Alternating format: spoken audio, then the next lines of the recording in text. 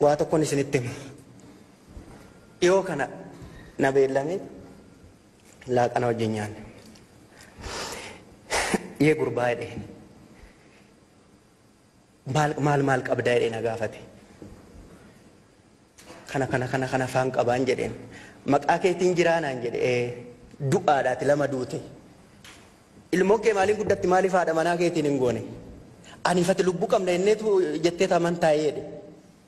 Yeroo hunda kan na gubu beekateeraa caaluun. Lubbuun koof lubbuun kee hin jira jettee yaadiini. Lakki haa cimaa akkana jettan dur hin sodaanne amma sodaadhe naan jedhe.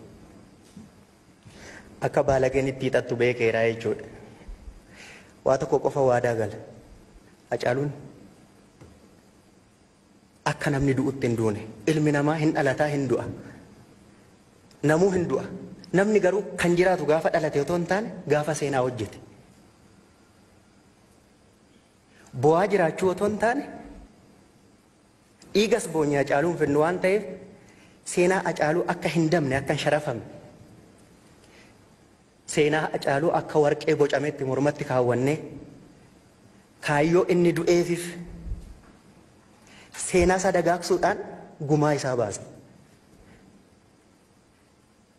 Waanaan har'a dubbachuu wallaalellee boru gochuu nan beeka waan ta'eef bu'aa nafnu gumaan Hacaaluu badees hin badu bu'aa sin hafnu na of kalcha.